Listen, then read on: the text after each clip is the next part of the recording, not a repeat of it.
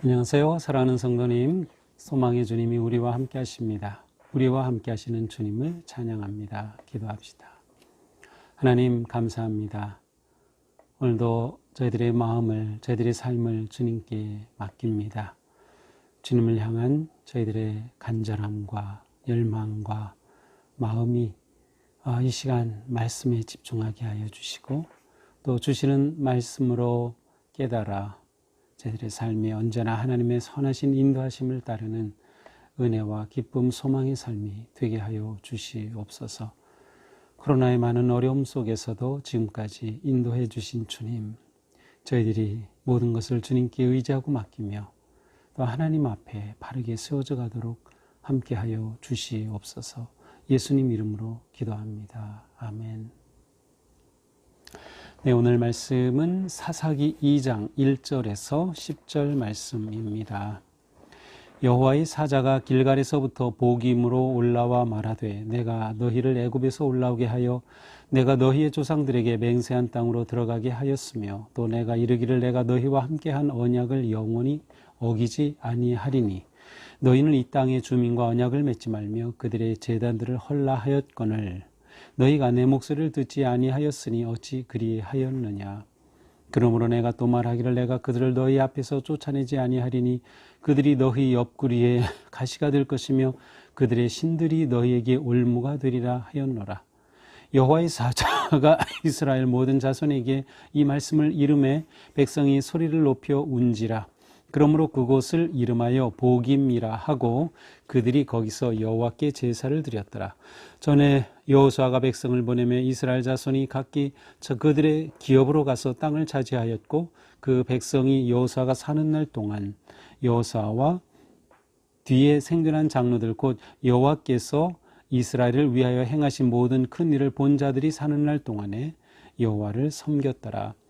여호와의 종 눈의 아들 여호수아가 110세의 죽음에 무리가 그의 기업 경내에 에브라임 산지 가스산 북쪽 딥낫 헤레스에 장사하였고 그 세대의 사람도 다 그 조상들에게로 돌아갔고 그 후에 일어난 다른 세대는 여호와를 알지 못하며 여호와께서 이스라엘을 위하여 행하신 일도 알지 못하였더라.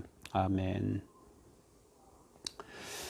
자, 어제 본문에서는 이제 이스라엘 백성들이 각 지파별로 그들이 받은 땅 속에서 그곳에 있던 가나안 주민, 원주민들을 몰아낸 지파가 있고 몰아내지 않았거나 몰아내지 못했거나 오히려 쫓김을 당한 그러한 모습들을 보았습니다. 이제 여호와의 사자가 그들 가운데 나타났습니다. 여호와의 사자가 어떤 존재인지 우리가 정확히는 알 수 없어요. 하나님이 보내신 전령이었죠. 이 전령이 길갈에서부터 보김으로 올라와서 이스라엘 백성들에게 말합니다. 이 길갈이라고 하는 것은 이스라엘 백성들이 이제 40년 광야 생활을 마치고 평원에서 모세의 설교가 끝난 후에 이제 요단강을 건너 가나안 땅에 들어갈 때 첫 발을 내디뎌 그들이 모인 곳이 바로 길갈입니다. 그들은 이 길갈에서 유월절을 지켰고 할례도 행하였습니다.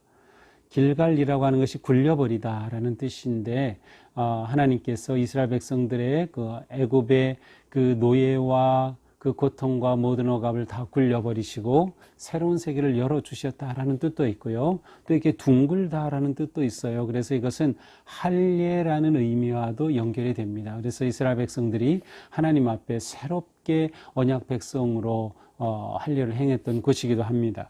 자, 중요한 지역이죠. 이곳으로부터 이제 복임으로 하나님의 사자가 와서 이스라엘 백성들에게 말합니다. 첫째, 내가 너희를 애굽에서 올라오게 하였다. 하나님께서 어떻게 그들을 신실하게 인도해 주셨는지를 말씀하고 계시는 거예요. 두 번째, 너희 조상들에게 맹세한 땅으로 들어가게 하였다. 그렇죠? 그들의 출애굽, 그 다음에 가나안에 들어가서 정착하게 하신 것입니다. 자, 세 번째, 내가 너희와 함께한 언약을 영원히 어기지 아니하였다. 하나님께서는 그들에게 이 약속을 해 주셨어요. 심지어 아브라함에게 주신 약속, 모세에게 말씀하신 것이 모든 것 그대로 다 이루어 주셨습니다. 하나님께서 이처럼 너희에게 내가 약속하고 이 모든 것을 다 이루어 주었다라는 것이죠. 그러므로 2절 너희는 이 땅의 주민과 언약을 맺지 말라. 이 땅의 주민과 언약을 맺는다. 그들과 관계를 맺고 그것은 그들의 영향과 그들의 종교와 그들의 것을 받아들인다는 뜻이에요. 아니라는 거예요. 언약을 맺지 말고 그들의 제단들을 헐라. 그들의 제단을 헐지 않으면 그들의 우상을 받아들이게 되는 거예요. 왜냐하면 이 가나안의 우상은 워낙 현란하고 아주 매력적으로 느껴질 수 있는 그러한 것이었기 때문에 눈에 보이지 않는 하나님을 믿어야 할 이스라엘 백성들이 눈에 보이는 그 우상의 모습 그런 것들에 현혹될 것이 분명하기에 하나님께서는 그 제단을 헐라고 하셨습니다. 자, 그런데 어떻게 되었습니까? 너희가 내 목소리를 듣지 아니하였으니 어찌 그리하였느냐? 내 말을 듣지 않았으니 불순종하였는데 어찌 그리하였느냐? 이것은 직역하면 너희가 행한 게 뭐냐? 나는 너희를 위해서 이렇게 했는데 너희가 행한 게 뭐지? 이렇게 하나님이 물으시는 겁니다. 그러므로 어떻게 됩니까? 3절 내가 말하기를 내가 그들을 너희 앞에서 쫓아내지 아니하겠다. 너희가 나와 약속을 지키지 않았으므로 내게 불순종하였으므로 너희가 그들을 완전히 쫓아낼 수 없을 것이다. 그들이 너희 옆구리에 가시가 될 거다. 옆구리의 가시 그들에게 계속 고통스러운 존재가 될 거다. 걸림돌이 될 거다. 그들의 신들이 너희에게 올무가 될 것이다. 올무, 올감이 덫에 걸리면 죽는 겁니다. 너희는 그들로 인해서 죽을 것이다. 4절 여호와의 사자가 이스라엘 모든 자손에게 이 말씀을 전해줬어요. 그러자 이스라엘 백성들이 소리 높여 울었습니다. 소리 높여 울었다는 것은 인정하는 겁니다. 그리고 회개의 모습을 보여주는 거죠. 그래서 그들이 울었다. 울음 혹은 우는 사람들이라는 뜻의 복임이라고 하여 그 지명을 그렇게 부르게 되었습니다. 이들이 이렇게 회개하며 하나님께 예배를 드렸죠. 자, 이후에 이제 여호수아의 죽음에 관한 기사가 나옵니다. 여호수아가 백성을 보내매 이스라엘 자손이 각기 그들의 기업으로 가서 땅을 차지하였고, 그렇죠? 여호수아가 땅을 차지한 후에 지도를 그려주니까 그들이 그곳으로 가서 그 땅을 차지하였습니다. 백성이 여호수아가 사는 날 동안 그리고 여호수아 뒤에 생존한 장로들 곧 여호와께서 이스라엘을 위하여 행하신 모든 일을 본 자들이 사는 날 동안 여호와를 섬겼다. 여호수아가 살아있을 동안에 그리고 하나님께서 출애굽하고 또 광야에서 먹이시고 입히시고 인도하시고 가나안에 들어오셔서 정복하시고 하니 모든 것을 경험하고 보았던 장로들이 사는 날 동안에는 이스라엘 백성들이 하나님을 섬겼어요. 하나님을 잘 예배를 드렸다는 말이죠.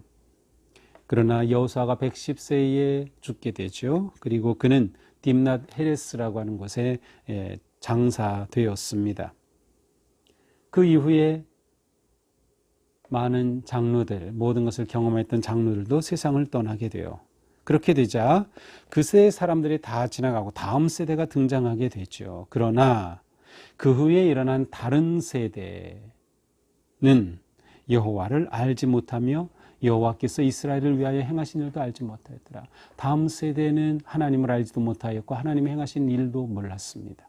물론 그들이 들어서 알고는 했겠죠. 우리 조상들이 이렇게 되었다, 이렇게 되었다, 이러한 일들 놀라운 하나님이 행하셨다. 그러나 그들이 정말로 하나님과의 관계, 깊은 관계를 맺지 못했다는 거예요. 알지 못하는 거예요. 야다, 알다, 친밀한 관계를 맺는 일에 실패하였습니다. 아주 암울한 그러한 말씀입니다. 이렇게 하나님을 알지 못하는 세대, 하나님과의 관계가 끊어진 다음 세대의 등장으로 이제 이스라엘의 가나안에서 역사는 위기를 맞이하게 됩니다. 자, 오늘 말씀을 보면서 우리는 하나님과의 관계를 어긴 불순종이 비극을 가져온다는 것을 볼 수 있어요. 불순종이 비극을 가져온다. 왜 불순종하게 되었을까요?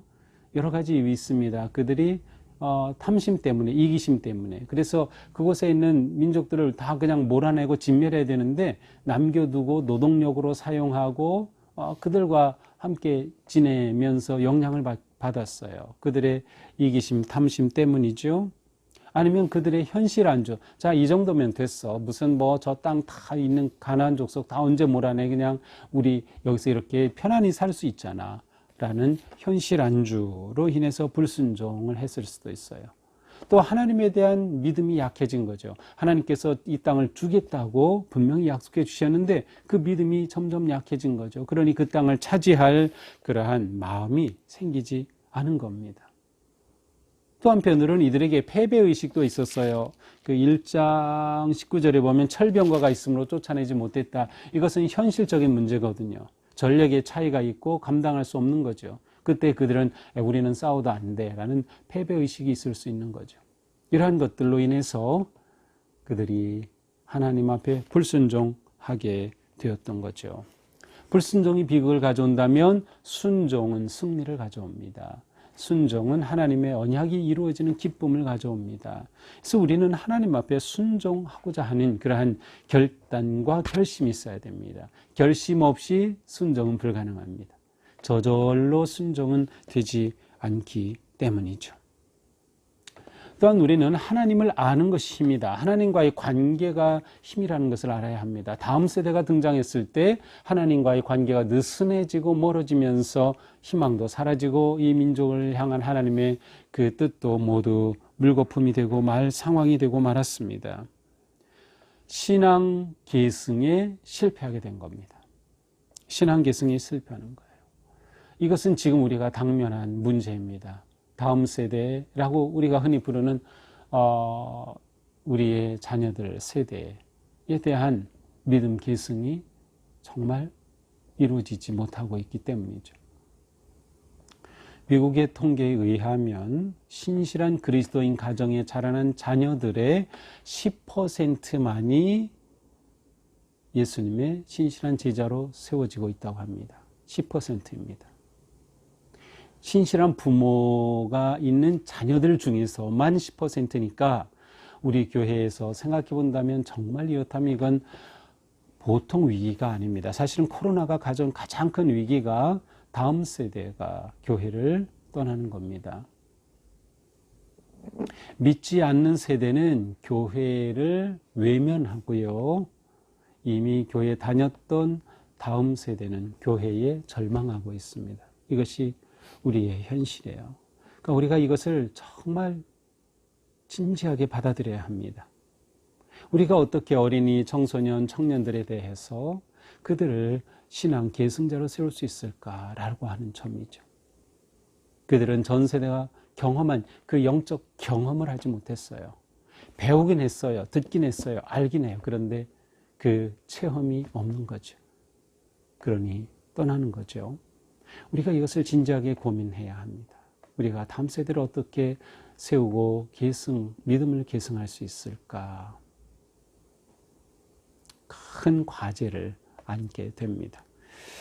사사기가 우리의 모습을 귀에 다시 보게 해주는 것이죠.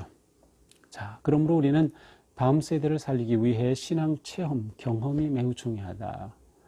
경험적 교육, 경험적 신앙교육, 경험적 프로그램 이런 것들이 매우 중요합니다. 특별히 지금 세대는 온라인을 통한 경험을 많이 하기 때문에 우리가 이 온라인을 활용해서 어떻게 이들에게 다가가고 이들을 그리스도께로 부를 수 있을까 하는 것이죠.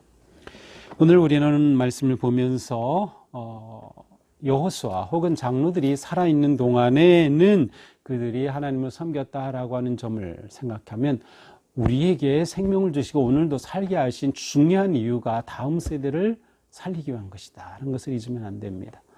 이것을 가슴에 새기고 기억하면서 정말 우리 교회가 또 우리 가정이 믿음을 지켜가고 다음 세대에 계승하는 그러한 교회와 가정이 되기 위해 기도하고 헌신하고 부단히 애써야 하겠다는 거죠. 우리의 큰 결단이 필요한 상황입니다. 우리의 기도를 통하여 하나님께서 우리에게 지혜도 주시고 또 우리 교회가 이 사명을 감당해낼 수 있도록 역사하여 주시기를 간절히 소망합니다. 기도합시다.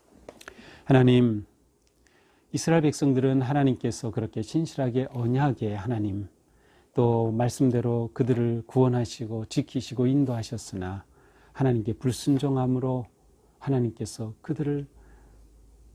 그들에 대해 실망하시면서 그 땅에 있는 가나안 족속들을 다 몰아내지 않겠다고 말씀하셨습니다. 주님, 정말 이렇게 된다면 그들에게는 소망이 없고 옆구리에 가시가 항상 있어서 고통스러울 터인데 저희들도 그와 같은 상황에 직면하고 있으니 주님, 저희를 불쌍히 여겨 주옵소서. 저희들이 또 우리 교회가 정말 다음 세대에게 희망이 될 수 있고 그들을 세울 수 있고 살려낼 수 있고 복음의 계승을 이루어갈 수 있는 교회가 될 수 있도록 인도하여 주시옵소서. 오늘 하루의 삶도 주님을 의지하고 주님과 깊고 친밀한 관계 속에서 희망적인 하루가 되게 하여 주옵소서. 예수님 이름으로 기도합니다. 아멘. 네, 오늘도 주님의 은혜 안에서 우리의 삶이 주님의 언약의 약속을 신뢰하며 또 주님께 순종함으로 나아가는 하루가 되기를 축복합니다. 사랑합니다.